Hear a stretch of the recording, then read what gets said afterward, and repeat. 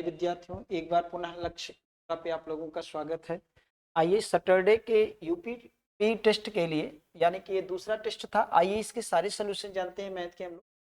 पहला प्रश्न आपके सामने है कि दो संख्याएं x और y। प्यारे विद्यार्थियों, एक बार पुनः आप लोगों का लक्ष्य मंत्रा में स्वागत है। आइए हम लोग उत्तर प्रदेश पुलिस के लिए हर सैटरडे को जो टेस्ट होता है, आइए दूसरा टेस्ट जो पिछले सैटरडे को हुआ था उसके मैथ के सारे सॉल्यूशन हम जानते हैं, सारे प्रश्न के सॉल्यूशन को।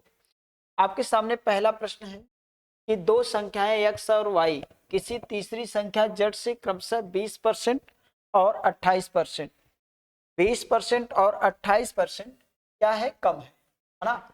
यानी कम है तो संख्या y x से कितने परसेंट कम है?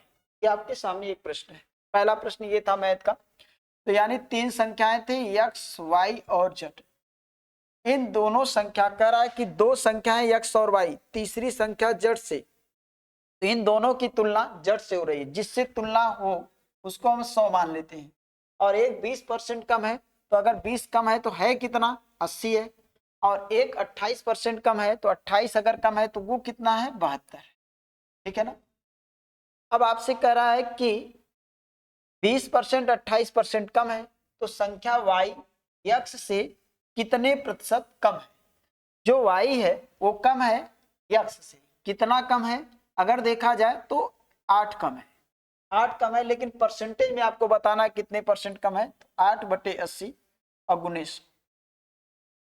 इसका आंसर हो जाएगा 10%। इसका आंसर हो जाएगा 10%। बिल्कुल आपका सी ऑप्शन आपका सही आंसर। सी ऑप्शन आपका सही आंसर हो जाएगा। ठीक है ना? अब आइए हम लोग चलते हैं एक अगले प्रश्न की तरफ। ठीक है, एक अगले प्रश्न की तरफ चला जाए। अगला प्रश्न आपके सामने है कि कार्तिक बिंदु ए से बी तक 50 किलोमीटर प्रति घंटे की गति से चलता है और बी को 30 किलोमीटर प्रति घंटे की गति से, यानी कि यहाँ पे से होना चाहिए। हमारे टाइपराइटर थोड़ा सा ध्यान नहीं दे रहे। बी से, यानी कि कार्तिक बिंदु ए से बी तक 50 किलोमीटर की गति से चलता है और बी से 30 किलोमीटर प्रति घंटे की गति से ए पर वापस लौटता है। यानी जाता है ए से बी पर। ए से बी पर जाता है तो चाल 50 किलोमीटर प्रति घंटे होती है, और फिर क्या करता है? बी से वापस आता है ए पर, तब चाल 30 किलोमीटर प्रति घंटा होती है। यानी दोनों चाल अलग अलग, दोनों चाल से तय की गई दूरी समान है। ए से बी जितने दूरी होगा उतने दूरी बी से ए होगा, लेकिन दोनों चाल अलग अलग, दूरी समान। अगर दो अलग अलग चाल से अलग समान दूरी अगर तय की जाए, औसत चाल होता है 2 गुने 50 और प्लस 30 गुने 30 गुने 30 और बटे पहला चाल 50 और दूसरा चाल 30। ठीक है ना? ये कॉन्सेप्ट तब लगेगा जब दोनों अलग अलग चाल से समान दूरी तय की। अगर दूरी अलग अलग तय की जाती तो ये कॉन्सेप्ट नहीं रहता। ठीक है ना? ये समान दूरी से, अगर समान दूरी दो अलग अलग चाल के द्वारा तय किया जाता है तब ये इस कॉन्सेप्ट का हम यूज कर सकते हैं। तो 2 गुने 50 और गुने 30 बटा यहाँ पे हो जाएगा 80। 0 से 0 कैंसिल। अगर हम लोग 2 से इसको डिवाइड कर दें 4, फिर 2 से कर दें 2 दूना 4 और 2 से कर दें तो 25। टोटल 75 बटे अगर देखा जाए तो 2, अर्थात 37.5 किलोमीटर प्रति घंटा। ये आपसे पूछा था औसत चाल। ठीक है ना? तो औसत चाल के लिए हम इसका यूज कर सकते हैं। 37.5 किलोमीटर प्रति घंटा हो जाएगा, जो कि इसमें देखिए इस प्रश्न का उत्तर जो है इसमें परसेंटेज में ऑप्शन कर दिया गया था, जो कि ये गलत है। ठीक है ना?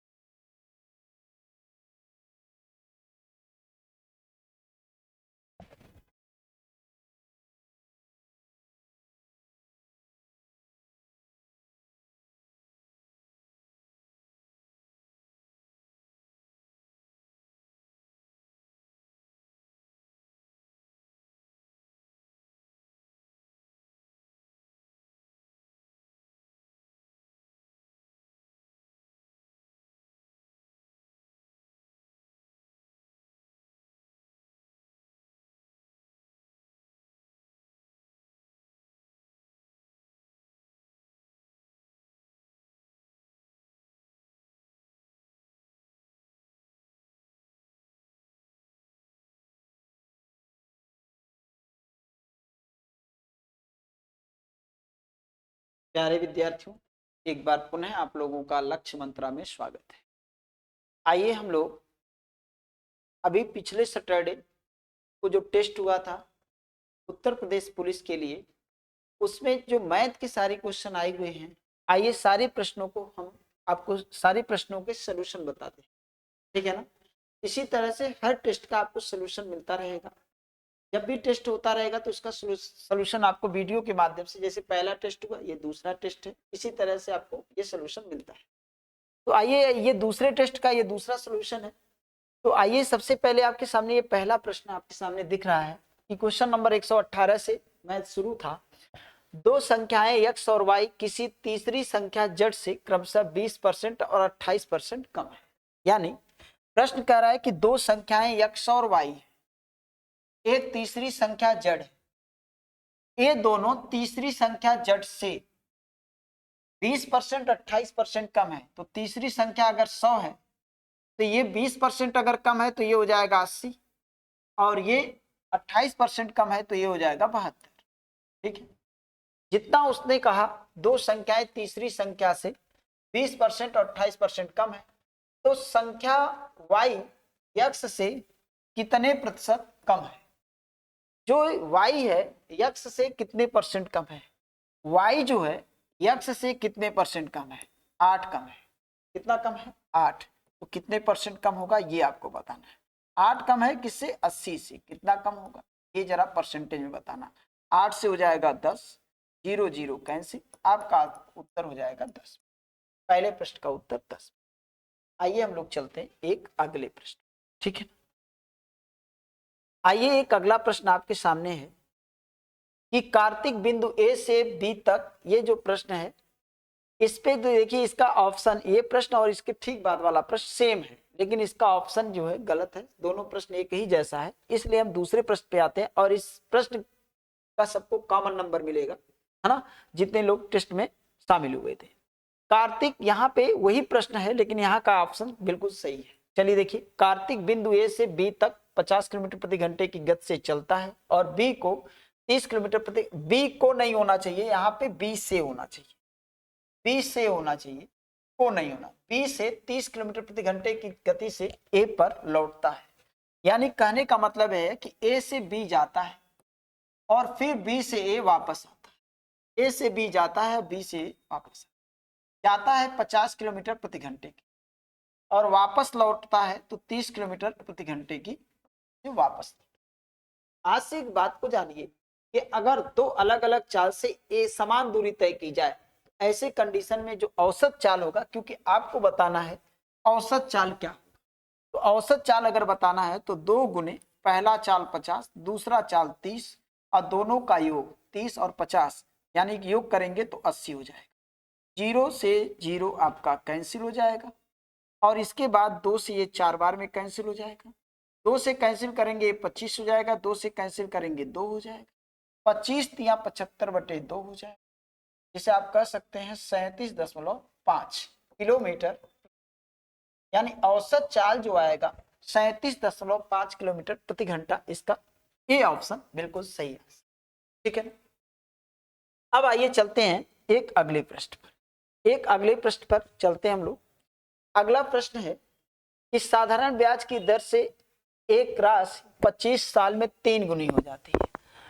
तो साधारण ब्याज की दर से एक राशि 25 साल में 3 गुनी हो जाए तो ब्याज की दर क्या है, ठीक है। ब्याज की दर पूछा है, तो आइए सबसे पहले अगर हम आपको बताएं, कोई धनराशि है मूलधन, कोई धनराशि है पी, अब वो 25 साल में, 25 वर्षों में वो 3 गुनी हो जाती है।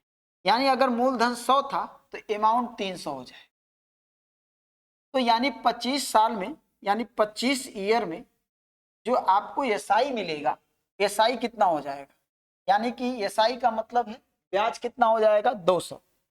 तो एक ईयर में ब्याज कितना हो जाएगा, 200/25, 25 से इसे डिवाइड करेंगे 8 बार में, यानी एक साल में जो ब्याज मिलेगा वो मिलेगा 8। एक साल में ब्याज कितना मिल रहा है, 8 मिल रहा है। तो दर बराबर आपको बताया गया है, दर परसेंटेज अगर निकालना है एक वर्ष का ब्याज बटे मूलधन अर्थात 100 और गुने 100 से 100 कैंसिल 8%, जो कि ऑप्शन नंबर डी आपका राइट। क्या आप इसको समझ पाए? 100 मूलधन, 300 अमाउंट है यानी कि मिश्र धन है, तो ब्याज 200 है। कई वर्ष में? 25। एक वर्ष का ब्याज कितना आया? एक वर्ष में 8 रुपया ब्याज मिलेगा। तो ब्याज की दर जो निकाली जाती है, एक वर्ष का ब्याज बटे मूलधन गुने 100, यानी दर परसेंटेज आपका। आइए चलते हैं हम लोग अगले प्रश्न। अगले प्रश्न पे। अगला प्रश्न आपके सामने है। एक टेप रिकॉर्डर को 1900 में बेचने से मुझे 5% की हानि होती है। इसे अगर इतने में बेचा जाए तो मुझे कितने परसेंट का लाभ होगा? ठीक है, आइए इस प्रश्न को देखिए।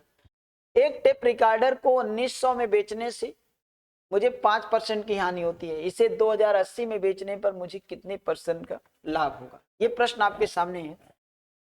यानी 1% यहाँ पे 5% दिया है, 1% पूछ रहा है, तो यानी हम ये कह सकते हैं कि 1900, हम यहाँ कह सकते हैं कि 1900 बराबर 5% लॉस होता है जब 1900 में बिकता है, अर्थात 95% पे वस्तु बिक रहा है।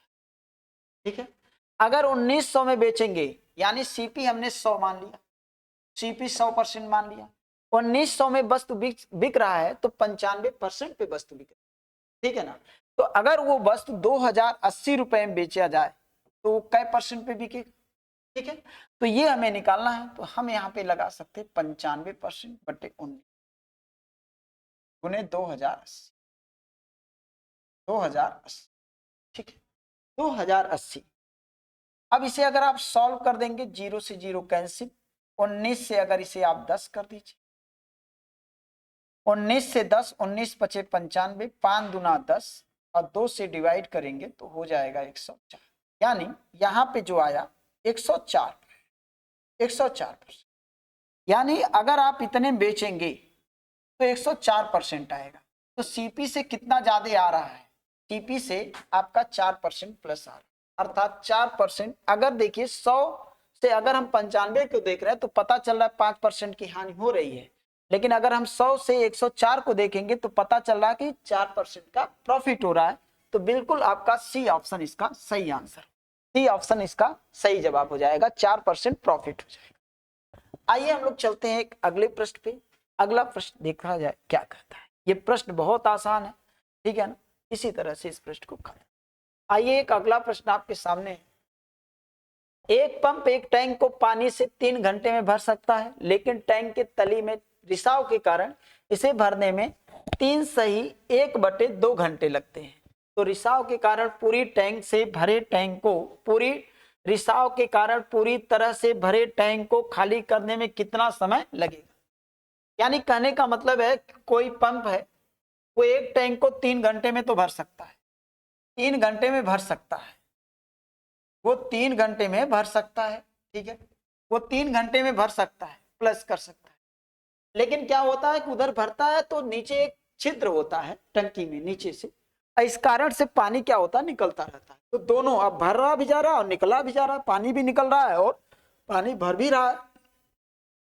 अब यहाँ प्लस और माइनस दोनों होते हैं, प्लस भी हो रहा है और माइनस भी हो रहा है। ठीक है, अच्छा प्लस और माइनस दोनों हो रहे हैं, इसलिए जो समय लगा 3 सही 1/2 घंटा लगे, 3 सही 1/2 घंटा लगे। तो कह रहा है कि अगर टैंक पूरी तरह से भरा हो, तो टैंक पूरी तरह से अगर भरा हो तो पूरी टैंक भरने के लिए उसे कितना समय लगेगा? तो सीधा सीधा ऐसे प्रश्नों को 3 गुने 3 दूना 6 7/2 और दोनों का अगर समय अंतराल देखा जाए तो 1/2 आएगा, समय अंतराल 1/2। तो 2 से 2 कैंसिल कर देंगे, इसका आ जाएगा 7, 3 गुने 7, अर्थात आपका उत्तर हो जाएगा 21 घंटा। कितना हो जाएगा? 21 घंटा इसके लिए सबसे सही आंसर, यानी इसका यही आंसर हो जाएगा, यही सॉल्यूशन हो जाएगा। आइए हम लोग चलते हैं एक अगले प्रश्न की तरफ। अगले प्रश्न को समझते हैं। अगला प्रश्न देखिए, 15% के लाभ और 9% की हानि के बीच का अंतर 768 रुपया है। 15% के लाभ और 9% की हानि के बीच का अंतर 768 रुपया है। यहां जिसकी बात की जा रही है उस वस्तु का लागत मूल्य ज्ञात कीजिए। यानी सीपी आप मान लीजिए,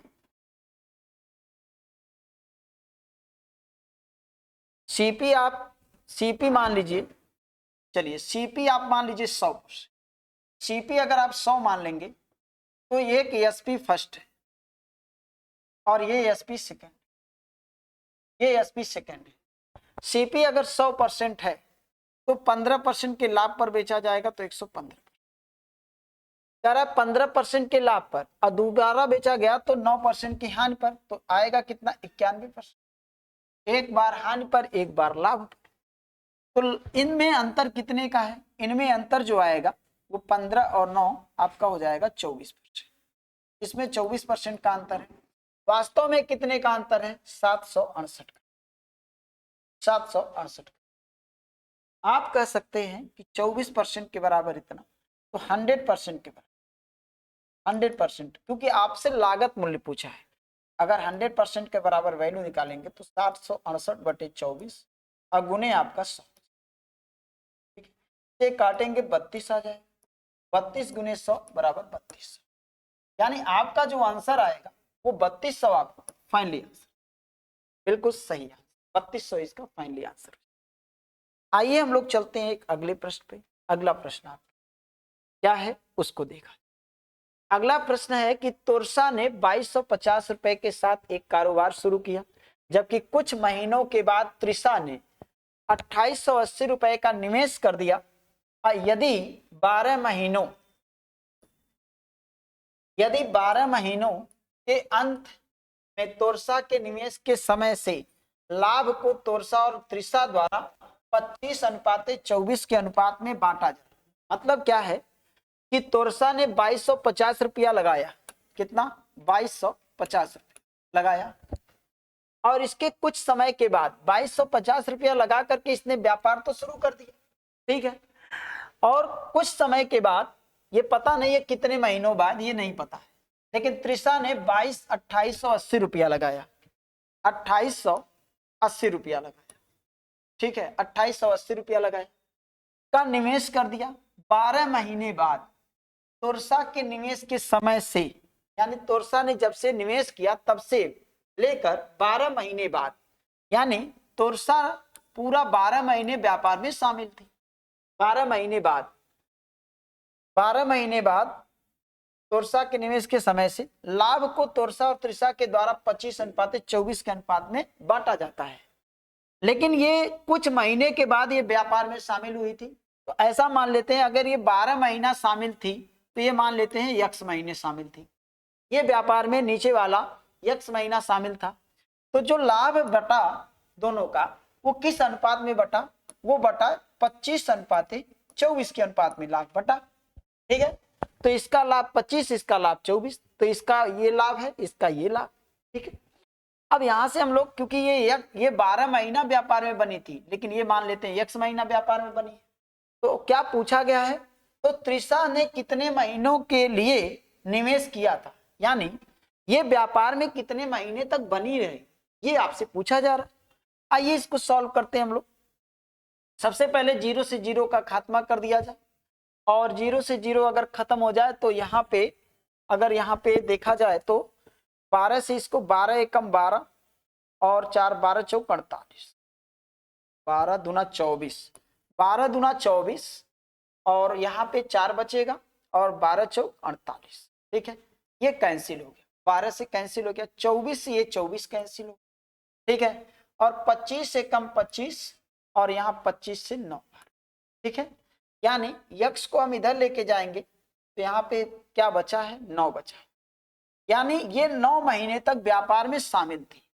आपसे यही पूछा है त्रिशा ने कितने महीनों के लिए निवेश किया था, तो आपका उत्तर हो जाएगा 9 महीने, ठीक है। आइए हम लोग चलते हैं एक अगले प्रश्न। 9 महीने के लिए व्यापार में शामिल, यदि x रेशियो y और प्रोपोर्शनल है 5:y, तो x इंटू वाई का वैल्यू पूछा है। तो जाहिर सी बात है इसमें आपको कुछ बताना नहीं है, इसमें आपको कुछ नहीं बताना है। अब आपको x इंटू वाई, और यहाँ पे देखिए एक्स वाई यहाँ हो जाएगा 9 गुने, ठीक है ना। तो यानी एक्स वाई का वैल्यू जो आएगा वो 45, जो कि आपका बी ऑप्शन, जो कि आपका बी ऑप्शन राइट आंसर। आइए हम लोग चलते हैं एक अगले प्रश्न पर। अगला प्रश्न, 800 रुपए को 10% की वार्षिक चक्रवृद्धि ब्याज दर पर निवेश किया जाता है तो वर्ष में अर्जित ब्याज की राशि कितनी हो। 800 रुपए को 10% की वार्षिक चक्रवृद्धि ब्याज पर निवेश किया जाता है, 10% की वार्षिक ब्याज की दर पर निवेश किया जाता है। तो यानी कि अगर मूलधन, ऐसा मान लेते हैं मूलधन अगर 100 था तो मिश्रधन 110 हो जाए, तो रेशियो क्या बनेगा 10 और 11, 2 वर्ष के लिए किया गया तो पावर 2 लगा दीजिए, तो ये हो जाएगा आपका 100 और ये हो जाएगा आपका 121। अगर देखा जाए तो ब्याज कितना आ जाएगा, तो ब्याज आपको मिलेगा 21 ब्याज मिला। यानी अगर 100 में, यानी क्योंकि ये मूलधन है और ये अमाउंट है और ये आपका सीआई है यानी चक्रवृद्धि ब्याज है, तो 100 रुपए में ब्याज 21 का मिला, तो 800 रुपए में कितने का मिलेगा, 800 में कितने का मिलेगा, 0 0 कैंसिल, 21/168, 21/168 हो जाएगा, जो कि डी ऑप्शन आपका राइट है। इसका आंसर हो जाएगा डी ऑप्शन, कोई डाउट। आइए चलते हैं एक अगले प्रश्न में। 9 पाइप एक टैंक से जुड़े हुए हैं, जिनमें से कुछ पाइप टैंक को खाली कर रहे हैं और कुछ पाइप टैंक को भर रहे हैं। प्रत्येक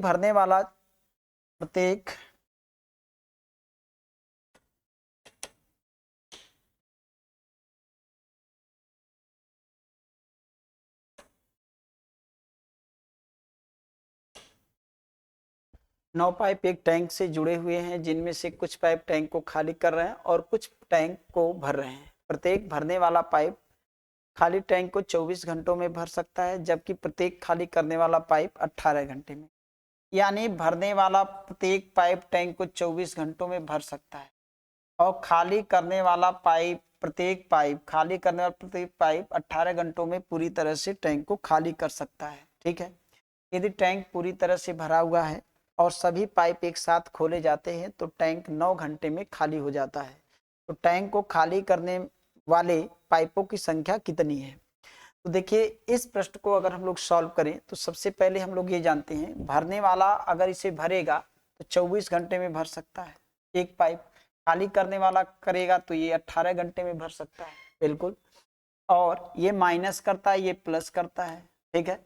और दोनों अगर साथ साथ चलते हैं, सभी पाइप अगर देखिए यहाँ पे दिया है, यदि टैंक पूरी तरह से भरा हुआ है और सभी पाइप एक साथ खोले जाते हैं तो टैंक 9 घंटे में खाली हो जाता है।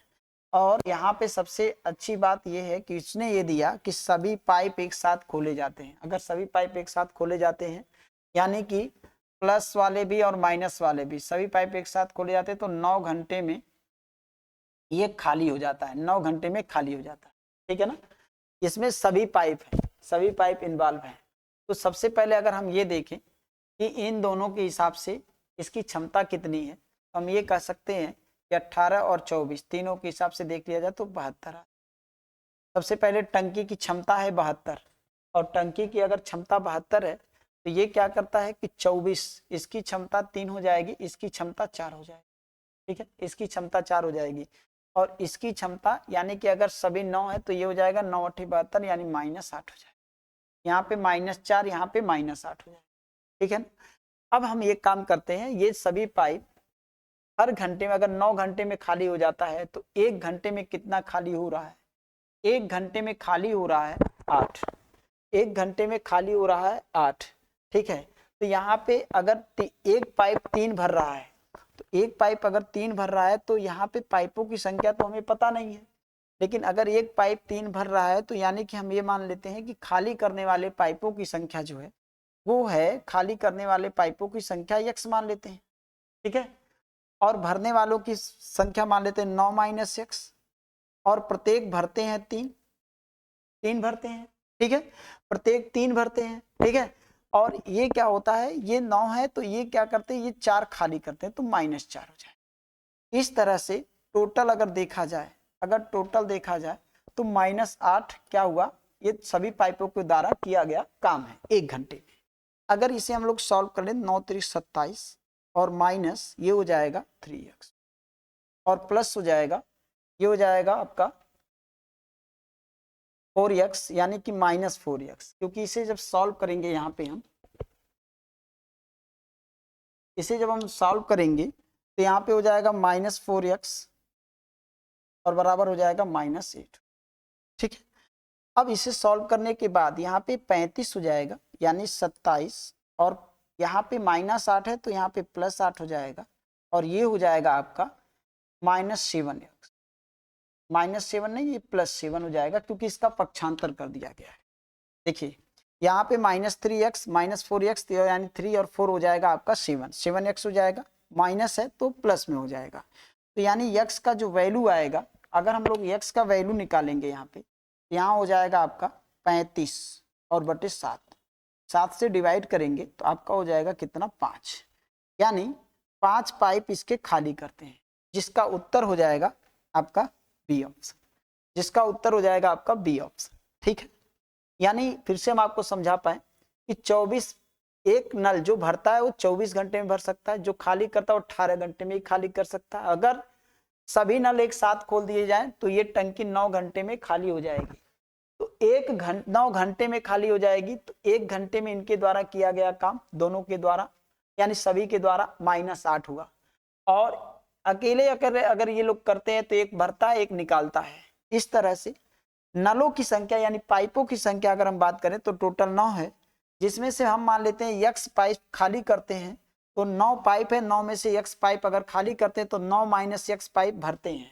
भरने वाला 1 घंटे में 3 भरता है, तो यानी 9x पाइप है तो 3, अगर 9x पाइप है तो ये एक नल अगर 3 भरता है तो इतने पाइप मिल करके इतना भरेंगे, और यही चीज इसमें भी लागू हो जाएगा। इस तरह से आपका x का वैल्यू 5 हो जाएगा। आइए हम लोग चलते हैं अगले प्रश्न पे। अगला प्रश्न आपका है, सार्थक 14 दिनों में रेत के एक गड्ढे को भर सकता है जबकि विवान को इसे भरने के लिए 35 दिन लगते हैं। अली 12 दिनों में एक भरे हुए रेत के गड्ढे को पूरी तरह खाली कर सकता है, जबकि खाली गड्ढे में तीनों एक साथ कार्य शुरू करते हैं तो रेत का गड्ढा फिर से कितने दिनों में भर जाएगा। देखिए आइए इस प्रश्न को देखिए, सार्थक 14 दिन में रेत के एक गड्ढे को भर सकता है। ये 14 दिन में गड्ढे को भरता है, 14 दिन में भरता है, और ये क्या करता है 14 दिन में भरता है, और ये क्या करता है दूसरा, जबकि विवान को इसे भरने के लिए 35 दिन लगते हैं, इसे 35 दिन लगते हैं। और अली 12 दिनों में एक भरे हुए रेत के गड्ढे की पूरी तरह से क्या करते हैं खाली कर सकता है। यानी कितने समय में खाली कर सकता है, ये 12 दिन में खाली कर सकता है, ये 12 दिन में खाली कर देगा। ठीक है, कर सकता है। यदि खाली गड्ढे में तीनों एक साथ कार्य शुरू करते हैं तो रेत का गड्ढा फिर से कितने दिनों में भर जाएगा, फिर से कितने दिनों में भर जाएगा। तो पहले गड्ढे की क्षमता निकाल ली जाए, तो 35 12 अगर इन सबका एलसीएम लेंगे तो 420 आ जाएगा, और 14 से इसे डिवाइड करेंगे तो इसकी क्षमता 30 आ जाएगी। 35 से डिवाइड करेंगे तो ये हो जाएगा 35 से अगर हम लोग इसे डिवाइड करेंगे 7 छक 42 यानी कि 12 आ जाएगा। इसकी क्षमता 12 आ जाएगी और इसकी क्षमता आ जाएगी 12 से 35। समझ गए, ये माइनस होगा, ये दोनों प्लस होगा। हर दिन की मैं बात करूं तो ये 30 भरेगा, ये 12 भरेगा, और ये क्या करेगा 35 निकाल देगा। फाइनली रूप से हर दिन 7 भरा जा रहा है, हर दिन कितना भरा जा रहा है 7, और टोटल क्षमता कितनी है गड्ढे की 420 है। अगर 7 के रेट से भर रहा है तो कितने समय में भर देगा 60 दिन में। कितने दिन में 60 दिन, जो कि आपका ए ऑप्शन सही हो जाएगा। आइए हम लोग चलते हैं एक अगले प्रश्न पे। अगला प्रश्न क्या है आइए उसको देखते हैं। मन्नत धारा के साथ 7.5 घंटे में एक दूरी तय करता है, जबकि धारा के विपरीत वही दूरी तय करने में उसे 10.5 घंटे लगते हैं। शांत पानी में दोनों तरफा यात्रा करने के लिए उसे कितने समय लगेंगे। आइए यहाँ पे ध्यान दीजिएगा, मन्नत जो है वो धारा के साथ 7.5 घंटे में एक दूरी तय करता है, 7.5 घंटे में एक दूरी तय कर, ठीक है। और धारा के विपरीत वही दूरी उसे 10.5 घंटे, 10 दशमलव कितने लगते हैं 5 घंटे। 10.5 घंटे। ठीक है, करने में 10.5 घंटे लगते। शांत पानी में दोनों तरफा यात्रा करने के लिए उसे कितने घंटे का समय लगेगा? तो सबसे पहले इसे हम लिख सकते हैं 15/2, इसे लिख सकते हैं 10.5 अगर है, इसे हम लिख सकते हैं कितना 21/2, 21/। अब वह दूरी निकाल लेते हैं, जो दूरी है वो दूरी कितनी, वो दूरी देखिए, तो दूरी 15 और 21 का एलसीएम ले लेंगे तो 105 आ जाए, वह दूरी 125। चाल कितनी आएगी अगर चाल देखी जाए तो 15 7, यानी इसकी चाल हो जाएगी 7 दूना 4, और इसकी चाल अगर देखी जाए तो 21 से 5 बार, और 5 दूना कितना हो जाएगा 10 हो जाएगा, 10 हो जाएगा। अब हम ये कह सकते हैं, यहां पे हमें ये ध्यान देना है, बोट की चाल ऐसा मान लेते हैं कि धारा की दिशा में नाव की चाल अगर चलेगा तो b+r यानी 14 आएगा, और धारा के विपरीत चलेगा तो b-r यानी कितना आ जाएगा 10 आ जाएगा। तो यहां से अगर डायरेक्ट मुझे b का वैल्यू निकालना रहे तो 14 10 24, यानी 24 का हाफ करेंगे, 24 का अगर हम लोग हाफ कर देंगे तो 12 आ जाएगा। ठीक है, 12 आ जाएगा, और यहां से ये 12 आ जाएगा। अगर हम लोग r का वैल्यू निकालेंगे तो 14 और 10 का डिफरेंस निकालेंगे 4 और हाफ कर देंगे तो ये धारा की चाल यानी 2 आ जाए। ठीक है, अब कह रहा है कि अगर वो शांत जल है तो शांत जल में केवल नाव की चाल ली जाएगी, तो अगर वो शांत जल में आए और जाए, यानी 105 किलोमीटर जाए और 105 किलोमीटर आए, तो टोटल कितनी दूरी तय करेगा 210। जाए और आए तो टोटल 210 की दूरी तय करने में उसे कितना समय लगेगा, किस चाल से? शांत जल में अगर चलेगा तो केवल नाव की चाल ली जाएगी, यानी कि 12 की चाल से। अगर हम 6 से डिवाइड कर देंगे तो 2, और 6 से 6 3 18, 6 5 30, यानी 65/65 आपका हो जाएगा 6 दूना 12, 65 अगर 2 हो जाएगा तो 6 से 6 65, 6 नहीं 65/2 नहीं, यहाँ पे गलती हो रही है, थोड़ा सा यहाँ पे गलती ये हो रही है 65। आइए देखिए, यहाँ पे 210 अगर ये 12 की चाल से चलता है तो अगर हम लोग 6 से डिवाइड कर देंगे तो 2 हो जाएगा, और 6 से डिवाइड करेंगे तो 35 हो जाएगा, यानी 35/2। 35/2 को अगर हम 17 सही 1/2, 17 सही 1/2, जो कि 17 सही 1/2 कोई ऑप्शन में नहीं है, 17 सही 1/2 ही होना चाहिए, जो कि एक ही तरह से ये दोनों ऑप्शन है। और ऐसा करते हैं, इसको हम 1/2 बना देते हैं, और इस तरह से इसका सी ऑप्शन सही हो जाए, बिल्कुल इसका सी ऑप्शन सही हो जाए। यहां से हमने ये मान लिया कि समय का अनुपात, ये समय दिया है, तो अगर समय दिया है, क्योंकि जाएगा और आएगा तो समान दूरी अगर तय करेगा, यानी कि अगर वो अलग अलग चाल से, अगर अलग अलग चाल से चल रहा है और समान दूरी तय कर रहा है, अलग अलग समय लग रहा है, तो समय का विलोमापात आपका बताया गया है चाल का अनुपात, और चाल का विलोमापात समय का अनुपात। तो यहाँ पे हमने दूरी मान लिया, एलसीएम ले लिया 105, एलसीएम ले लिया 105, तो यानी कि 105 + 105, टोटल दूरी एक तरफ से 105 है। तो अगर जाएगा b+r की चाल से जाएगा तो उसे 14, यानी उसकी चाल क्या हो जाएगी 14 हो जाएगी, आएगा तो उसकी चाल क्या हो जाएगी 10 हो जाएगी। ठीक है, तो यानी b+r 14, b-r 10, यानी b का वैल्यू निकालना है 12, r का वैल्यू हो जाएगा 2। इस तरह से आपका आंसर 17 सही 1/2 फाइनली आंसर हो जाएगा। आइए हम लोग चलते हैं एक अगले प्रश्न पर। यह प्रश्न आपके सामने है, और ऐसे प्रश्नों को किया जाए, इसको हल करना है। तो सबसे पहले देखिए, v बॉड मास होता है, v बॉड मास होता है, v बॉड मास की तरह सॉल्व करें तो इसमें v वाला यानी वेक्टर तो है नहीं, कहीं पे रेखा कोष्ठक नहीं है, लेकिन v तो है। तो सबसे पहले हम ब्रैकेट सॉल्व करेंगे। तो ब्रैकेट में पहले किस ब्रैकेट को, छोटे को, इसके बाद मझले को, इसके बाद बड़े को, यही सीक्वेंस होता है। यहाँ पे देखिए एक छोटा सा ब्रैकेट यहाँ पे दिया है, लेकिन यहाँ पे माइनस भी है, डिवाइड भी है, और यहाँ पे मल्टीप्लाई भी है। तो हम लोग सबसे पहले अगर देखा जाए तो क्या किया जाएगा, ब्रैकेट में अगर क्या है, सबसे पहले ओ है, का भी नहीं है, डिवाइड है, सबसे पहले हम लोग डिवाइड करेंगे। अगर हम लोग डिवाइड कर दें तो अगर इससे 2 से इसको डिवाइड कर दें तो ये हो जाएगा 2 से 13 हो जाएगा। इस बात को आप समझ पा रहे हैं।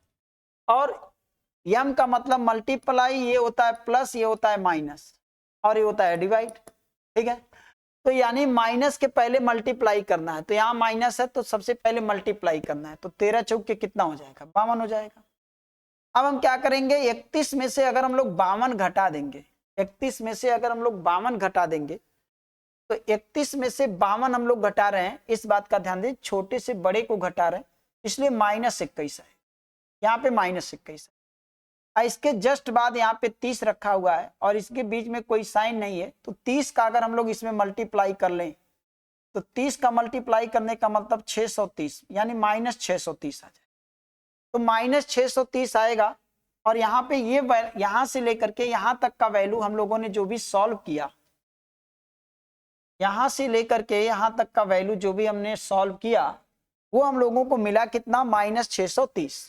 अगर जैसे -630 है, ऑलरेडी पहले से माइनस लगा है, तो माइनस माइनस ये प्लस हो जाएगा, इसमें 35 जुड़ जाएगा, और 35 जुड़ने का मतलब ये हो जाएगा 665 हो जाएगा, 665 हो जाएगा।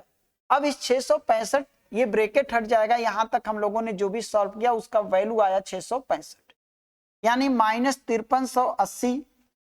80 को अगर हम लोग 665 से भाग दे दें तो यानी ये 8 बार में कट जाएगा, और इसका आंसर आ जाएगा -8, जो कि डी ऑप्शन आपका एक्चुअल आंसर, डी ऑप्शन आपका फाइनली इसका आंसर। समझ गए? आइए हम लोग चलते हैं एक अगले प्रश्न पर। आइए उस प्रश्न को देखा जाए।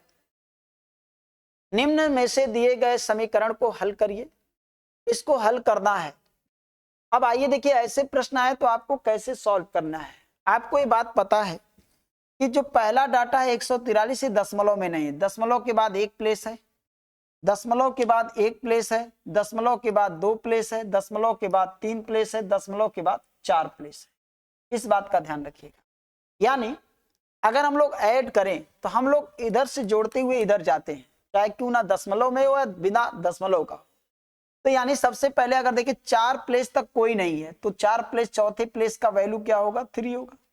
अब तीसरे प्लेस पे यहाँ पे 4 है, और तीसरे प्लेस पे यहाँ पे 3 है, 4 3 7, और कोई तीसरे प्लेस पे नहीं है, तो 4 3 7। अगर हम लोग देखें तो लास्ट में 73, लास्ट में 73 एक ही ऑप्शन में है, और वो है डी ऑप्शन, और किसी में नहीं है। तो जब भी हम ऐसे प्रश्नों को सॉल्व करें तो हमेशा बाई ऑप्शन लेके चलते हैं, और जिससे हमें पूरा सॉल्व करने की जरूरत भी ना पड़े। जैसे ये देखिए, और पूरा आप इसे जोड़ेंगे तो आपका आंसर हो जाएगा डी ऑप्शन। ठीक है, आइए हम लोग चलते हैं एक अगले प्रश्न पर। तो इसका फाइनली आंसर जो आपका आया डी ऑप्शन। ठीक है, आइए हम लोग चलते हैं एक अगले प्रश्न पर। 133 नंबर, सबसे बड़ी 4 अंकों वाली संख्या क्या है जो 15, 25 और 35 से प्रत्येक द्वारा विभाजित करने योग्य है, मतलब वो डिवाइड हो जाएगा। किससे किससे डिवाइड हो जाएगा, 15 से, किससे डिवाइड होगा, 15 से, और किससे डिवाइड होगा, और किससे, 25 से, फिर किससे, 35 से। वो 4 अंकों की सबसे बड़ी संख्या क्या है, ये आपसे पूछा जा रहा है। अगर मैं 25 की बात करूं, एक मेरे पास पहला फंडा है कि 25 उसी संख्या को डिवाइड करेगा जिसके लास्ट में 00 हो, 25 हो, 75 हो, 50 हो। तो ऐसा तो लगभग ये 75 इसमें भी है, 25 इसमें भी है, इसमें भी है। इसके आधार पे चारों ऑप्शन रेस में है। लेकिन अब इसे हम कट करें तो करें कैसे, यहाँ पे क्या किया जाए। तो यानी कि 5 का नियम तो सब लोग कोई फॉलो कर रहा है। अब देखिए इसमें 3 और 5, इसमें 3 का नियम है, 3 से ज्यादा यानी 9 का नियम कहीं नहीं है, लेकिन 3 का नियम है। क्या ये 3 के नियम को फॉलो करेगा, बिल्कुल करेगा। क्या ये 3 के, क्योंकि 9 9 18 कट जाएगा, और 7 5 7 और 5 12, तो 7 5 12 ये भी कट जाएगा 3 से। क्या ये 3 से 9 8 17 नहीं कट, 7 5 12 कट जाएगा, 9 कट जाएगा, लेकिन 8 नहीं कटेगा, इसलिए ऑप्शन गलत हो जाएगा। 9 9 18 ये 3 से कट जाएगा, 5 2 7, 5 2 7 नहीं कटेगा, 9 कट जाएगा, 5 8 2 10, 5 8 5 13, 8 2 10 5 15, 8 2 10 और 5 15। अब देखिए यहाँ पे एक ऑप्शन और रेस में लग गया, डी ऑप्शन रेस में है। इसमें दो ऑप्शन रेस में लग गए हैं। क्यों? देखिए 9 कट जाएगा और यहाँ पे 8 2 10 5 15 ये भी तीनों कट गए। तो दो ऑप्शन रेस में है, लेकिन इन दोनों में अब सही कौन होगा ये ध्यान देना है। अब इन दोनों में सबसे सही आंसर कौन है? दो ऑप्शन रेस में लग गया, बाकी ये दो ऑप्शन कट गया। अब क्या करेंगे इसके लिए? अब देखिए हमारे पास एक चीज और है जिससे हम चेक कर सकते हैं। यहाँ पे 5 और 7, तो 5 का नियम तो हम ऑलरेडी देख चुके हैं। 7 का नियम, इन दोनों में से 7 से कौन डिवाइड है? तो 7 से ये क्या कटेगा? 7 एकम 7, 2 बचेगा, 7 चौक 28, 1 बचेगा, 7 दूना 14, 3 बचेगा, 7 पचे 35, ये कट गया। और देखिए ये नहीं कटेगा, 7 एकम 7, 2 बच्चे, 7 चौक 28, ये नहीं कटेगा, इसलिए ये भी ऑप्शन कट गया और इसलिए ए ऑप्शन सही हो जाएगा। इसका राइट आंसर ए ऑप्शन, ठीक है ना। तो ऐसे प्रश्नों को विदाउट, है ना, सॉल्यूशन इस तरह से ऑप्शन मेथड से हम लोग सॉल्व कर सकते हैं। चलिए हम लोग एक अगले प्रश्न की तरफ चलते हैं। कह रहा है कि 160, 720 और 400 का मासा बताइए। यानी 160 और 720 और 400 का मासा बताना है। तो अगर मासा बताना है तो सबसे पहले ये देखिए मासा, ये देखिए 160 है, 720 है, 400 है। फाइनली रूप से अगर हम लोग ऐसा करते हैं कि 80 लेते हैं, 80 से ये भी डिवाइड है, ये भी डिवाइड है। 20 लेते हैं, 20 से भी कटेगा। 40 लेते हैं, 40 से भी सब लोग कटेंगे। 80 लेते हैं तो 80 से भी सब लोग कटेंगे। 160 से तो ये कटेगा पर ये नहीं कटेगा, ठीक है ना।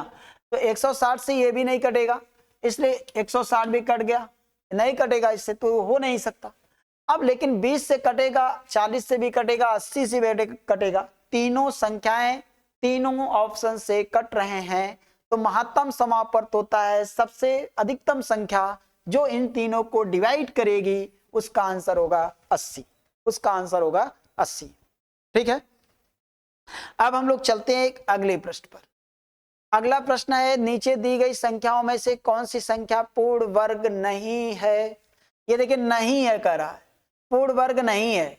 तो पूर्ण वर्ग अगर नहीं है तो आइए हम बताते हैं, ऐसी संख्या जिसका इकाई अंक 2 हो, जिसका इकाई अंक 3 हो, जिसका इकाई अंक 7 हो, जिसका इकाई अंक 8 हो। ऐसी संख्या जिसका इकाई अंक 2, 3, 7 और 8 में से कोई भी अंक हो, तो कभी भी किसी भी संख्या का वो पूर्ण वर्ग संख्या नहीं हो सकता। इसलिए इसका इकाई अंक 3 है, जो कि देखिए जो अभी आपको हमने बताया, इसलिए इसका ए ऑप्शन आपका राइट आंसर, ठीक है ना। इस आधार पे आपका ए ऑप्शन सही हो जाएगा। आइए हम लोग चलते हैं एक अगले प्रश्न पर। जितेंद्र और उमर द्वारा प्रत्येक प्राप्त स्कोर का औसत 70 है। जितेंद्र और उमर द्वारा प्राप्त स्कोर का औसत 70 है।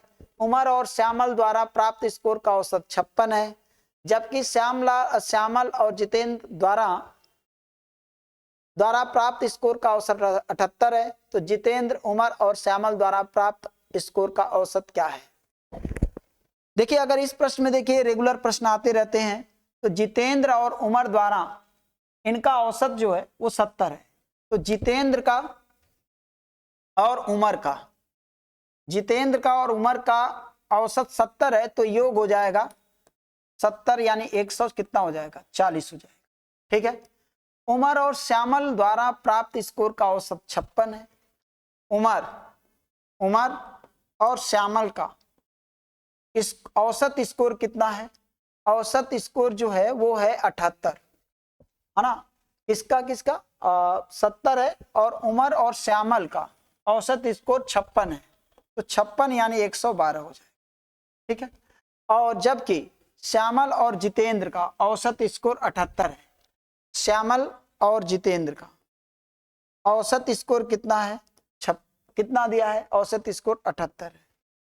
तो यानी ये हो जाएगा 156 हो जाएगा, इन तीनों का योग हो जाएगा। इस तरह से अगर हम लोग देखें तो 2 बार यश आया है, श्यामल आया, 2 बार उमर आया है, और 2 बार उमर आया, 2 बार जितेंद्र आया है।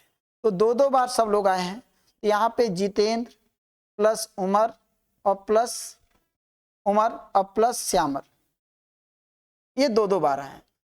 तो इनके योग में 2-2 बार होगा, यानी 6 2 8 हो जाएगा, और ये हो जाएगा 5 1 6 4 10 और 3 1 4 हो जाएगा, 4 हो जाएगा। तो इनका जो योग हो जाएगा, अगर योग 2 से कैंसिल कर दें तो 2 दूना 2 0 2 चौके, योग आ जाएगा आपका 204, तीनों का योग 204 आ जाएगा। तो अगर औसत कहा है तो औसत 3 से भाग दे देंगे, अगर यहाँ भी 3 से हम लोग भाग दे दें तो 3 छक 18 और 3 बटे 24, इसका उत्तर जो आएगा वो आ जाएगा आपका 68। फाइनली रूप से इसका उत्तर 68 आ जाएगा। ठीक है, तो इस तरह से हम इसका उत्तर 68 बता सकते हैं। आइए हम लोग चलते हैं अगले प्रश्न पर। 30 संख्याओं का औसत 1.2 है, उनमें से पहले 20 संख्याओं का औसत। संख्याएं कितनी है? 30 है। संख्याएं 30 हैं, 30 का औसत कितना है? 1.2 है। तो जीरो काट के दशमलव हटा के 12 3 36 कर दिया जाए। ठीक है ना, जीरो कट गया, दशमलव हट गया। ठीक है, और उनमें से पहले 20 का औसत 1., पहले 20 संख्याओं का औसत कितना है? पहले 20 संख्याओं का औसत 1.1 है। जीरो काट के दशमलव हटा कर, तो ये हो जाएगा 11 दूना कितना हो गया? 22 हो गया। ठीक है, ये पूरी 30 संख्या है जिसमें से 20 संख्या का औसत दिया है 1.1, तो 20 का योग हो जाएगा 22। इसके बाद अगले 9 का औसत, अगले 9 का औसत 1 है, तो 1 हो जाएगा, ये हो जाएगा 9। तो यानी कि टोटल संख्याएं अगर देखी जाए तो 20 और 9 29, टोटल 29 संख्याओं का जो योग आएगा वो आएगा 22 और 9 कितना आ जाएगा? 31 आ जाएगा। 22 9 31 आ जाएगा, यानी 29 संख्याओं का योग 31 आ जाएगा। तो यानी 30वीं संख्या कितनी है? तो 30वीं संख्या का जो वैल्यू आ जाएगा वो आ जाएगा आपका 5। कितना आ जाएगा? 5, जो कि सी ऑप्शन आपका फाइनली आंसर। आपसे यही पूछा है कि अंतिम संख्या क्या है, तो 30 का योग 36 है और बाकी 29 संख्याओं का योग 31 है। तो 30वीं संख्या या अंतिम संख्या कौन सी है? वो है 5। आइए हम लोग चलते हैं एक अगले प्रश्न पर। एक अगले प्रश्न में एक आदमी ने 8,000 रुपए पर एक घोड़ा और एक गाड़ी खरीदी। उसने घोड़े को 10% के लाभ पर और गाड़ी को 5% की हानि पर बेच दिया। उसे अपने पूरे लेन देन पर 1% का लाभ होता है। घोड़े की लागत मूल्य क्या है? आइए हम आपको बताते हैं। ऐसे प्रश्न आपसे पूछे ही जाते हैं। यानी 80,000 रुपए में 80,000 रुपए में 80,000 रुपए में उसने एक घोड़ा और एक गाड़ी खरीदी। घोड़े को 10% के प्रॉफिट पे बेच रहा है और क्या है, गाड़ी को 5% के लॉस में बेच रहा है और पूरे व्यापार में, पूरे लेन देन में 1% का प्रॉफिट होता है। 1% का क्या होता है? प्रॉफिट होता है। 1% का प्रॉफिट, समझ गए? तो इन दोनों का जो डिफरेंस आएगा वो आ जाएगा आपका, अगर डिफरेंस निकालेंगे तो 6 आएगा और इन दोनों का डिफरेंस निकालेंगे तो 9 आ जाएगा।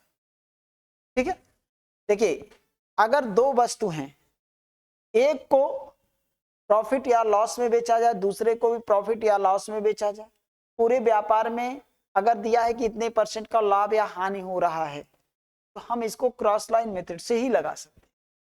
तो यहाँ पे जो रेशियो आएगा, यानी कि 2 से 3 बार नहीं, 3 से काटते हैं, तो 3 से अगर हम लोग काट दें इसको, 3 से अगर इसको काट देंगे तो ये हो जाएगा आपका, ये हो जाएगा 3 से काटने का मतलब ये 2 हो जाएगा और 3 से काटने का मतलब ये 3 हो जाएगा। यानी इन दोनों के क्रय मूल्य में 2:3 का अनुपात है। इस तरह से हम लोग 80,000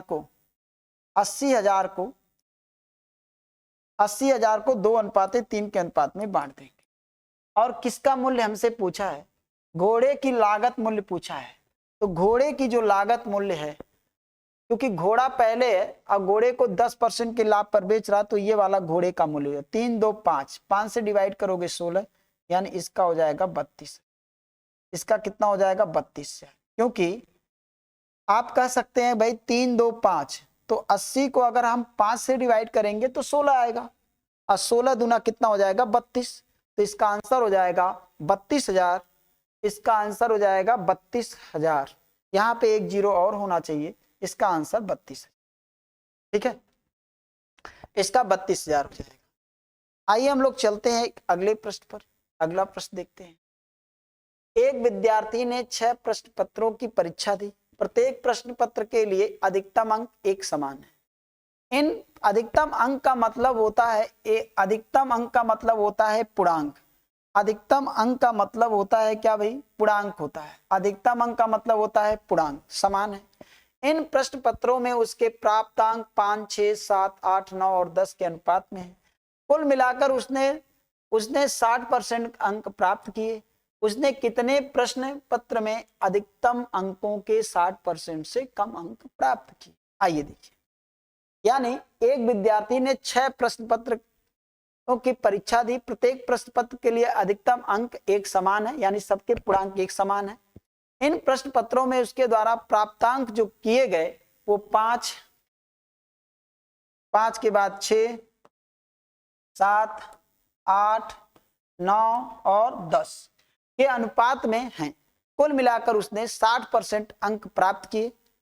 60% अंक जितना उसने भी प्राप्त किया टोटल सबसे मिला करके वो है 60%। ठीक है, 60% अंक प्राप्त किए, 60% अंक प्राप्त किए और प्राप्त किए। उसने कितने प्रश्न पत्रों में अधिकतम अंकों के 60% से कम अंक प्राप्त किए? आइए इसको ध्यान दीजिएगा।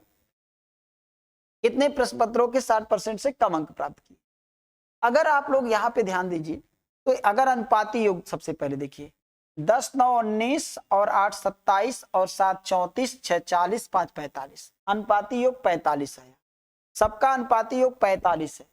ये जो 45 है, ये जो 45 है, ये 45 आपका जो है, ये सभी जितना अंक मिला, मान लीजिए अनुपाती योग अगर निकालते हैं तो 45 आया। ये अनुपाती योग जो है वो टोटल 6 सब्जेक्ट का जितना पूर्णांक है वो टोटल का 60% है। अगर 60% है, आप कह सकते हैं कि 60% अगर है तो कुछ ऐसा आप डाटा सोचिए कि आप ये कह सकते हैं 45। ध्यान दीजिएगा, अगर ये पूरे पूर्णांक का यानी कि सभी पूर्णांक मान लीजिए कि 6 सब्जेक्ट के कुल पूर्णांक मान लीजिए यक्स है, यक्स का अगर ये 60% है तो यक्स का 100% कितना आएगा? तो 45 गुने 100 बटे 60। तो सॉल्व किया जाएगा तो हो जाएगा 100, यानी हो जाएगा, सॉल्व करेंगे तो आपका बनेगा ये 5, ये 3 हो जाएगा, 3 से डिवाइड करेंगे 15 हो जाएगा, 15 पचे 75 हो जाएगा, ये 75 हो जाएगा। आप कह सकते हैं यहाँ पे कि संपूर्ण जो पूर्णांक है, यानी कि जो संपूर्ण पूर्णांक है 6 सब्जेक्ट का वो 75 है। तो अगर संपूर्ण पूर्णांक 75 है तो इसका 60%, तो संपूर्ण पूर्णांक 6 सब्जेक्ट का कुल पूर्णांक हम मान लेते हैं 750, ऐसा मान लेते हैं। अब चलिए ध्यान दीजिएगा, हम टोटल पूर्णांक 6 सब्जेक्ट का, 6 सब्जेक्ट में हम लोग सभी 6 सब्जेक्ट का टोटल पूर्णांक हम 100% 100% मानते हैं। अगर 100% 6 सब्जेक्ट का 100%, अगर ये 750 मान ले, यहाँ 75 दिया, हम इसे 750 मानेंगे जिससे डाटा थोड़ा सा आसान हो जाए। तो हम ये कहेंगे अगर 100% के बराबर अगर 750 है तो 60% के बराबर हमारा, हम ये कह सकते हैं कि 450 होगा। चलिए 450 हो जाएगा, ऐसा हम कह सकते हैं। अगर 450 हो जाएगा, अगर 450 हो जाएगा तो हम ये 450 में इनको 450 में इन्हें जो मिला है वो मिला है, अगर इसे हम बांट दें इस तरह से हम लोग बांट दें, तो अगर इसमें बांट दिया जाए तो 45, 10 पचे 50, यहाँ पे 50 आएगा, यहाँ पे 60 आएगा, यहाँ पे 70 आएगा, यहाँ पे 80 आएगा, यहाँ पे 90 आएगा, यहाँ पे 100 आ जाएगा। क्या इस बात को आप समझ पाए? 100 आ जाएगा। लेकिन अब पूर्णांक की बात है, क्योंकि 6 सब्जेक्ट है, 6 सब्जेक्ट के कुल मिला के पूर्णांक 750 है और प्रत्येक सब्जेक्ट के पूर्णांक बराबर हैं। तो पूर्णांक अगर बराबर हैं तो आप ये कह सकते हैं कि प्रत्येक सब्जेक्ट का पूर्णांक है कितना। तो प्रत्येक सब्जेक्ट का पूर्णांक अगर देखा जाए तो 750 को हम 6 से डिवाइड कर देंगे, हम 6 से डिवाइड कर देंगे तो 6 एक कम 6 और 6 दूना 12 और 6 पंजे 30, यानी 125 है। प्रत्येक सब्जेक्ट का पूर्णांक 125 है। इसका भी 125 है, इसका भी 125 है, इसका भी 125 है, इसका भी 125 है, इसका भी 125 है, इसका भी 125। 125 का अगर 60% निकालेंगे तो 75 आना चाहिए, 50 है तो ये कम है, पहला ये हो गया। 125 का अगर आप 60% निकालोगे तो 75 आना चाहिए। ये कितना है आपका 60 है, तो ये भी कम है प्रश्न के अकॉर्डिंग, तो एक ये भी हो गया। अगर 125 का 60% आप निकालोगे तो ये हो जाएगा, 60% निकालोगे तो 75 आना चाहिए, ये 70 ही है, इसलिए ये भी है। ये 75 से ज्यादा है, ये 75 से ज्यादा, ये भी 75 से ज्यादा है। तो यानी आप कह सकते हैं 3 सब्जेक्ट, आप कह सकते हैं 3 सब्जेक्ट, जो कि आपका आंसर हो जाएगा बी, ए ऑप्शन। 3 सब्जेक्ट में, 3 सब्जेक्ट में, ठीक है ना। इस प्रश्न का उत्तर हो जाएगा 3 सब्जेक्ट, ठीक है। आइए चलते हैं एक अगले प्रश्न, इसको आप समझ पाए होंगे, ठीक है। आइए हम लोग चलते हैं एक अगले प्रश्न। 0.7, 0.35, 1.05 का महत्तम समापवर्त ज्ञात कीजिए। आइए, ये प्रश्न आपके यूपीपी का प्रीवियस ईयर भी प्रश्न लग रहा है, तो ये प्रश्न अगर आप लोग लगाएं तो इसको कैसे लगाया जाए, मैंने आपको जैसा कि बताया था कि आपको मैंने ये बताया है कि दशमलव का, जब भी दशमलव संख्याओं का एचसीएफ निकालना हो तो 0.7 है, 0.35 है और ये 1.05। तो दशमलव के बाद 2 प्लेस तक है, दशमलव के बाद 2 प्लेस तक है, दशमलव के बाद 1 प्लेस है, 1 प्लेस और 1 प्लेस है, 1 प्लेस नहीं है, तो 0 0 बना दीजिए। अब ये, अब दशमलव आप हटा दीजिए, यहाँ पे 70 लिखिए, यहाँ पे 35 लिखिए, यहाँ पे कितना लिखिए 105। अगर आप इसका एचसीएफ निकालेंगे, आपको पता है कि इसका एचसीएफ जो आएगा वो आएगा 35 आएगा, और 2 स्थान के बाद दशमलव लगा है तो 35 लिखिए, 2 स्थान के बाद दशमलव लगा दीजिए, आपका आंसर 0.35, आपका बी ऑप्शन इसमें राइट आंसर। समझ गए। ऐसा कुछ हम आपको एचसीएफ निकालने के लिए दशमलव संख्याओं का बताते रहते हैं क्लास में, ठीक है। आइए चलते हम लोग एक अगले प्रश्न पे। अगला प्रश्न है, पी और क्यू क्रमशः 20 और 30 दिन में कार्य करते हैं।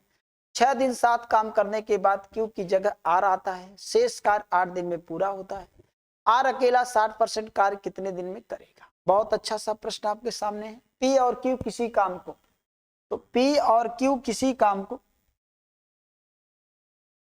पी और क्यू किसी काम को 20 दिन में और 30 दिन में कर सकते।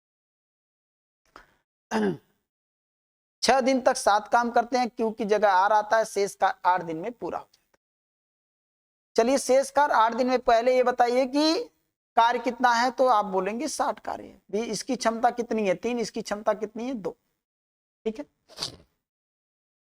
6 दिन तक दोनों साथ साथ काम करते हैं, तो 6 दिन तक दोनों साथ साथ काम किए, तो 1 दिन में दोनों के द्वारा किया गया काम 3 2 5, और 6 दिन में कितना काम करेंगे, तो आप कहेंगे 6 पंजे 30। 6 दिन में दोनों के द्वारा 30 काम किया जाएगा। चलिए 6 दिन में दोनों के द्वारा 30 काम हो गया। इसके बाद फिर क्या होता है, 6 दिन में 30 दोनों के द्वारा, फिर क्यू की जगह आर आ जाता है। क्यू की जगह कौन आता है, आर। अब पी और आर दोनों मिलकर काम करते, लेकिन पी की क्षमता हमें 3 पता है, पर आर की क्षमता हमें नहीं पता, ठीक है। और दोनों 8 दिन में शेष बचे काम को 8 दिन में पूरा करते हैं। तो अगर मैं कहूं यहां से कि 30 काम होने के बाद शेष काम, तो शेष काम अगर देखा जाए तो 60 माइनस 30, यानी 30 काम शेष बचा है। अभी 30 काम शेष बचा है। अगर देखा जाए तो ये कई दिन में करेंगे, 8 दिन में ये कितना करेंगे, भाई दोनों करते तो दोनों हैं, लेकिन 8 दिन में ये अकेले कितना काम कर सकते हैं, 24। तो अगर 24, 30 काम कुल है, तो 30 काम में अगर 24 इन्होंने किया है, तो बाकी 6 इन्होंने किया होगा, 6 इन्होंने किया, तभी तो 30 काम हुआ। टोटल दोनों को मिलाकर के 30 काम होना चाहिए, 8 दिन में 30 काम होना चाहिए। तो अगर 8 दिन में 30 काम होना चाहिए, तो ये बात क्लियर है, ये बात क्लियर है कि 8 दिन में 24 काम करेगा 3 के हिसाब से, लेकिन ये 8 दिन में 6 काम करेगा, ठीक है। तो इसकी क्षमता कितनी होगी, तो यानी कि यहाँ पे भी 8 लगाएंगे, तो इसकी क्षमता अगर देखी जाए कितनी होगी, तो हम ये कह सकते हैं कि इसकी क्षमता अगर हम लोग निकालेंगे, क्योंकि इसकी क्षमता तो हमें पता नहीं है, लेकिन काम ये भी 8 दिन तक किया। 8 दिन में कितना काम किया, ये 6 दिन की 6 काम किया, ये कितना किया 24। तो इसकी क्षमता अगर हम लोग निकालेंगे तो यानी 6/8 हो जाएगा। तो इसकी क्षमता आएगी 3 कितना आ जाएगा, 4 आ जाएगा। इसकी क्षमता 3/4 आ जाएगा। अब हमें आर की क्षमता निकल के आ गया 3/4 आ गया। अब कह रहा है कि जितना काम है टोटल काम का 60%, अगर टोटल काम का 60% निकालेंगे आप, तो टोटल काम का 60% काम कितना आ जाएगा 36। और 36 काम अगर 3/4 की क्षमता से करेगा, 36 काम 3/4 की क्षमता से करेगा, तो 4 का यहाँ मल्टीप्लाई करिए तो ये हो जाएगा 12, और 12 चौक कितना हो जाएगा 48। यानी ये 36 काम ये इस क्षमता से 48 दिनों में पूरा कर दे। ठीक है ना, इस प्रश्न को आप इस तरह से खत्म कर सकते। ठीक है, इस बात को आप समझिए कि P और Q 20 और 30 दिन में कर सकते हैं। इसकी क्षमता 3, इसकी क्षमता 2, संपूर्ण काम आपका 60 है, तो एक दिन में दोनों करेंगे तो 5 काम करेंगे, 6 दिन में दोनों मिलकर 30 काम करेंगे। 6 दिन के बाद शेष कितना काम बचेगा 30 बचेगा। ठीक है, अगर 30 बचेगा, अब Q की जगह R आ जाएगा और ये काम को P और R दोनों करेंगे, लेकिन दोनों आगे 8 दिन में काम को खत्म कर देते हैं। तो R, क्योंकि P का हमें क्षमता पता है 3 और ये 8 दिन में कितना काम करेगा 24। काम कितना था 30 काम, 30 में अगर ये 24 काम कर लेगा तो ये काम कितना करेगा 6, जो बचेगा वो कौन किया, ये 6 इसने किया। लेकिन ये भी तो 8 दिन तक काम किया, तो 8 दिन में ये 6 काम किया, लेकिन तब इसकी क्षमता कितनी थी, तो यानी हमने क्या किया 6/8, यानी 8 दिन में 6 काम, 8 दिन में 6 काम, तो इसकी क्षमता 3/4 आ गई। तो यानी कि टोटल काम पूछ रहा है प्रश्न में, टोटल काम आर अकेला 60% कार्य कितने दिन में करेगा, जितना कार्य उसका 60% अर्थात 36 कार्य कितने दिन में करेगा 3/4 की क्षमता से 48 दिन में।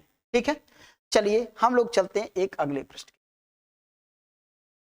एक आयताकार समांतर चतुर्भुज के 3 फलकों की विकर्ण जो एक कोने पर मिलते हैं, क्रमशः √5 सेंटीमीटर, √10 सेंटीमीटर, √13 सेंटीमीटर मापते हैं। इस समांतर चतुर्भुज का आयतन क्या होगा। इस समांतर चतुर्भुज का आयतन निकालना है। तो आइए हम इसको बताते हैं। आइए, जैसे ये दिया है कोई समांतर चतुर्भुज है जिसकी लंबाई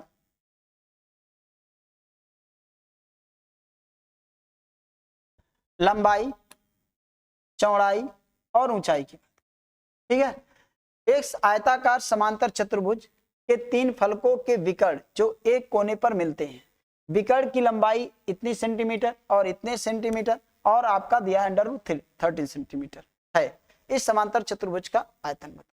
अगर हम पहले विकर्ण की लंबाई बताएं तो हम कह सकते हैं L² और B², L² B² और ये हो जाएगा √5 का स्क्वायर करेंगे तो 5 हो जाएगा। अब हम B² और H² इसका करेंगे, H² इसका करेंगे तो ये हो जाएगा √ अगर हम 10 का स्क्वायर करें तो हो जाएगा 10। अगर हम H²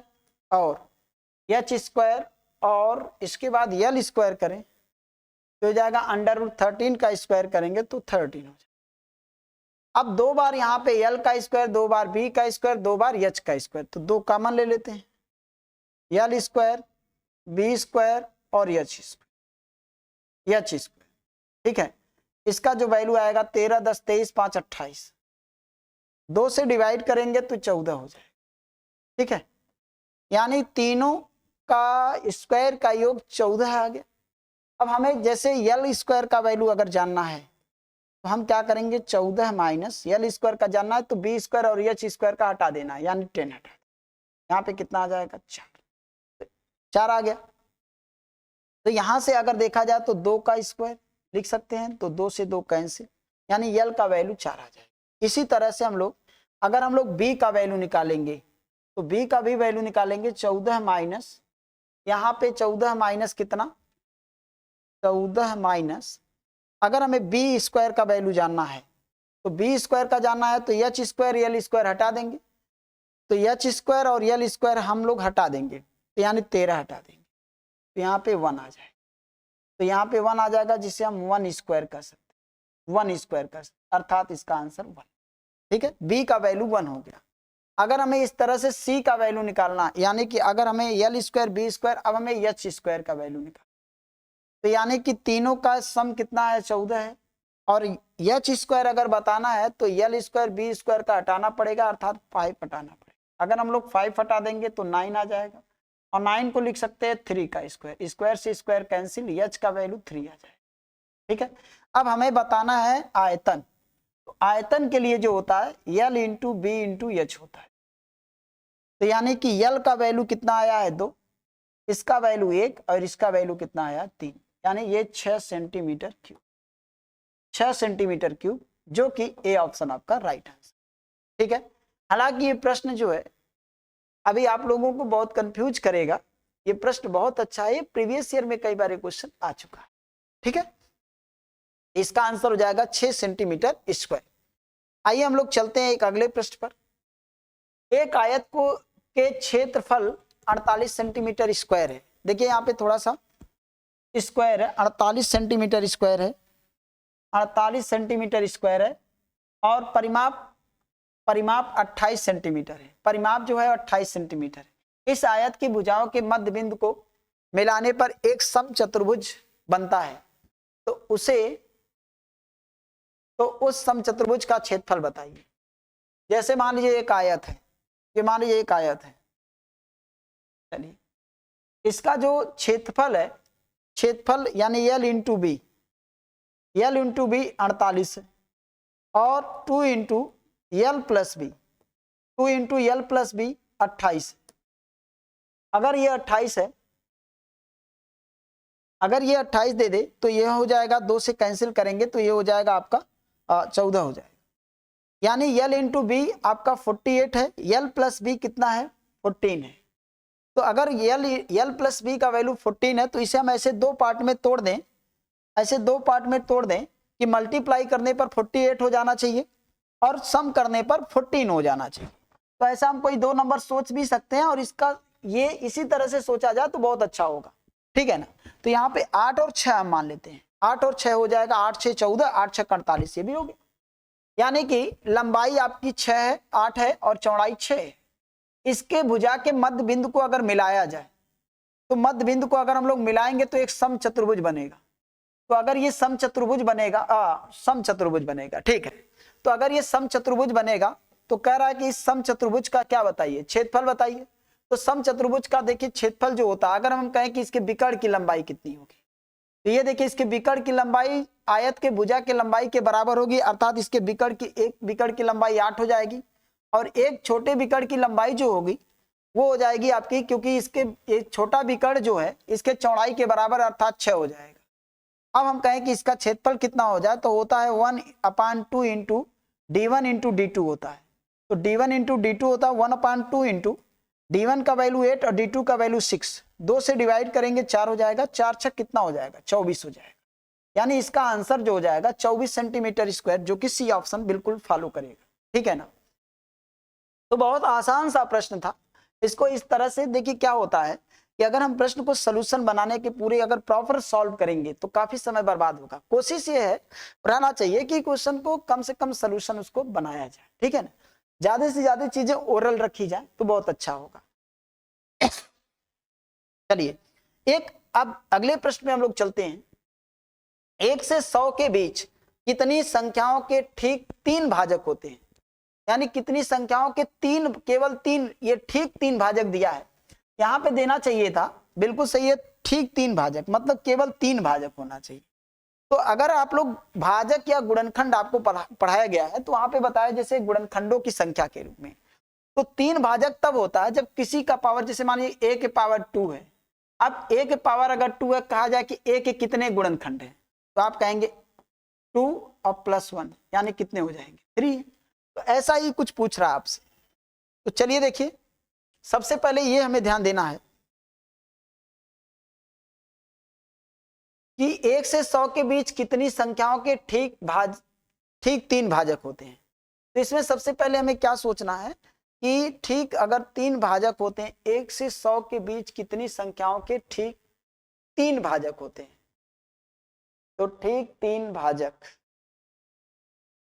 तो जैसे पहला हो गया जैसे 4, मान लीजिए कि यहाँ पे हमने लिख दिया 4। ठीक है, इसके बाद लिख दिया हमने 9, इसके बाद हमने लिख दिया 25, और इसके बाद अगर देखा जाए तो हम लिख सकते हैं यहाँ पे 10 का स्क्वायर नहीं, और 7 7 49 ले, और कोई संख्या नहीं। इसको हम लिख सकते हैं 2 का स्क्वायर, इसको हम लिख सकते हैं 3 का स्क्वायर, इसको हम लिख सकते हैं 5 का स्क्वायर, और इसको हम लिख सकते हैं 7 का स्क्वायर। अब इसमें +1 करके इसमें भी 3 होंगे, +1 करेंगे इसके भी 3 होंगे, +1 करेंगे इसके भी 3 होंगे, +1 करेंगे इसके भी 3। यानी ये 4 संख्याएं ऐसी हैं जिनके केवल 2 भाजक होंगे या 2 गुणनखंड होंगे। बिल्कुल आपका 144 का ए ऑप्शन सही हो जाएगा। ठीक है, आइए चलते हैं एक अगले प्रश्न पर। कांच के एक वर्गाकार टुकड़े का क्षेत्रफल 1849 सेंटीमीटर स्क्वायर है जो एक मेज के ऊपर रखा हुआ है। कांच का एक वर्गाकार टुकड़े का क्षेत्रफल 1849 सेंटीमीटर स्क्वायर है जो एक मेज के ऊपर रखा हुआ है। कांच के टुकड़े और मेज की एक भुजा के बीच की दूरी चौड़ाई 11 सेंटीमीटर है। मेज की लंबाई ज्ञात कीजिए। कांच के एक वर्गाकार टुकड़े का क्षेत्रफल इतना है, एक मेज के ऊपर रखा हुआ है।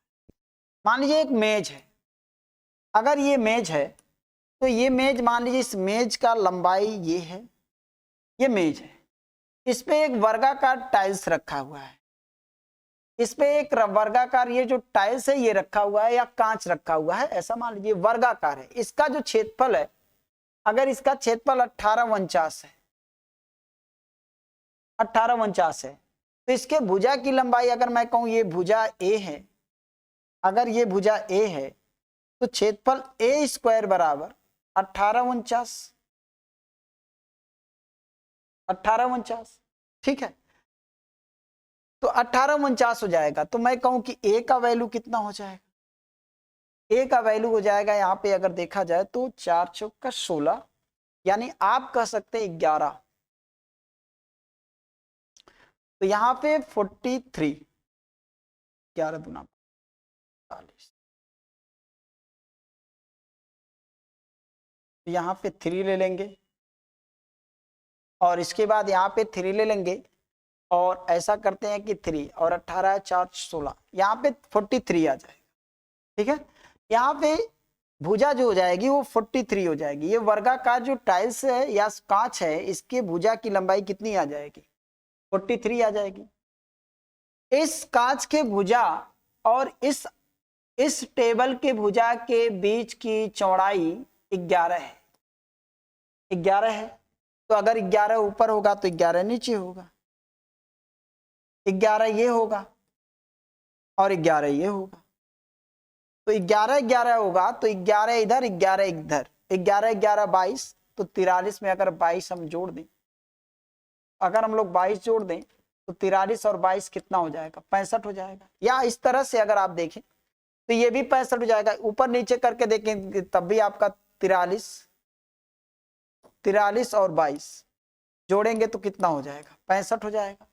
बिल्कुल आपका डी ऑप्शन इसमें मैच करेगा। डी ऑप्शन बिल्कुल आपका सही होगा।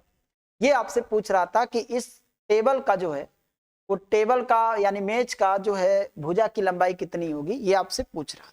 ठीक है, आइए हम लोग चलते हैं एक अगले प्रश्न पर। अगला प्रश्न, दो समरूप त्रिभुज यम एन ओ और एक्स वाई और जेड दिए गए जिनकी भुजाओं का अनुपात 4:9 है। यदि बड़े त्रिभुज का क्षेत्रफल 243 वर्ग सेंटीमीटर है तो छोटे त्रिभुज का क्षेत्रफल क्या होगा? तो अगर दो त्रिभुज हैं, दोनों समरूप हैं, तो दोनों का क्षेत्रफल जो होता है, क्षेत्रफल का अनुपात होता है, तो क्षेत्रफल का जो अनुपात होता है भुजा का वर्ग होता है ना? भुजा का क्या होता है? वर्ग होता है। तो यहाँ पे हम भुजा का यानी 4/9 का स्क्वायर, और बड़े वाले का कितना दिया है? 243, और छोटे वाले का कितना है मुझे पता नहीं है। तो ये दोनों के यानी भुजा के वर्ग के बराबर ये होता है। इसे हम करेंगे तो ये 16 हो जाएगा, इसे करेंगे 9 9 81 हो जाएगा। 81 के बराबर 243 दिया है तो 1 के बराबर कितना हो जाएगा? तो आप कह सकते हैं 3 हो जाएगा। तो 16 के बराबर कितना? अगर हम 3 में मल्टीप्लाई कर दें तो 48। बिल्कुल इसका आंसर जो हो जाएगा 48 सेंटीमीटर वर्ग सेंटीमीटर, 48 वर्ग सेंटीमीटर इसका क्षेत्रफल हो जाएगा। ठीक है ना? आइए हम लोग चलते हैं अगले प्रश्न पर। अगला प्रश्न क्या है उसको देखते हैं। अगला प्रश्न है कि निम्नलिखित बार चार्ट दिए गए डेटा का अध्ययन करके प्रश्नों के उत्तर दें। 4 अलग अलग कंपनियों ए बी सी और डी की निवेश कुल बिक्री और लाभ दिए गए हैं। तो बिक्री और लाभ दिए गए लाखों में। कंपनी सी का लाभ प्रतिशत कितना है? कंपनी सी का लाभ प्रतिशत कितना है, कंपनी सी की बात कर रहा है, लाभ प्रतिशत कितना है। तो कंपनी सी का लाभ, निवेश कितना किया, बिक्री कितने का हुआ, लाभ कितने का हुआ। तो यदि देखा जाए तो यहाँ पे कंपनी सी की अगर हम, कंपनी सी इतना लगाई थी, 4.6 लगाई थी और उसका लाभ 9.2 हुआ, तो कितना परसेंट का प्रॉफिट हुआ, तो 9.2 का प्रॉफिट हुआ। और लागत कितना लगाया था उन्होंने, 4.6 का, गुणित इसे डिवाइड करेंगे, 2 से डिवाइड हो जाएगा, यानी आपका उत्तर हो जाएगा 200%। क्या हो जाएगा, 200% आपका फाइनली उत्तर, यानी सी ऑप्शन इसका राइट आंसर हो, सी ऑप्शन इसका फाइनली आंसर होगा। आइए हम लोग चलते हैं एक अगले प्रश्न, सी ऑप्शन, सी ऑप्शन इसका सी आंसर सही था। आइए एक और प्रश्न को देखते हैं। एक अगला प्रश्न है कि कंपनी सी का लाभ कंपनी डी की कुल बिक्री का कितना प्रतिशत है। कंपनी सी का लाभ, कंपनी सी का अगर देखा जाए लाभ जो है वो 9 कंपनी सी का लाभ 9.2 है, सी का लाभ 9.2 है। कंपनी सी का लाभ कंपनी डी की कुल बिक्री का, तो कंपनी डी की कुल बिक्री कितनी है, तो डी की कुल बिक्री कितनी है, 15 है, का कितना परसेंट है, 15 गुणेश, ठीक है।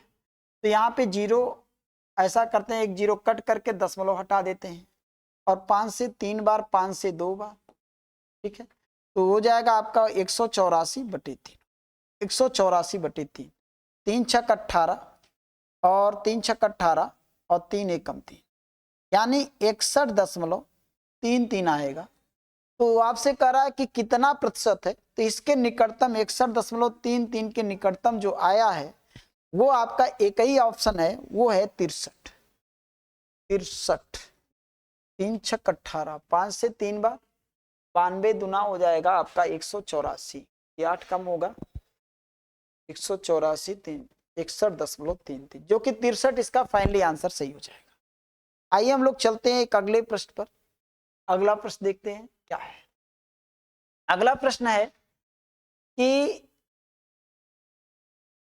ये डाटा अलग है, इसको देख लिया जाए कि दिए गए वर्ष 3 विभिन्न फैक्ट्रियों पी, क्यू और आर में कर्मचारियों की संख्या को दर्शाता है, सैकड़ों में दर्शाता है संख्या। दिए गए वर्षों में फैक्ट्री क्यू में कर्मचारियों की कुल संख्या ज्ञात कीजिए, क्यू में कर्मचारियों की कुल संख्या ज्ञात कीजिए।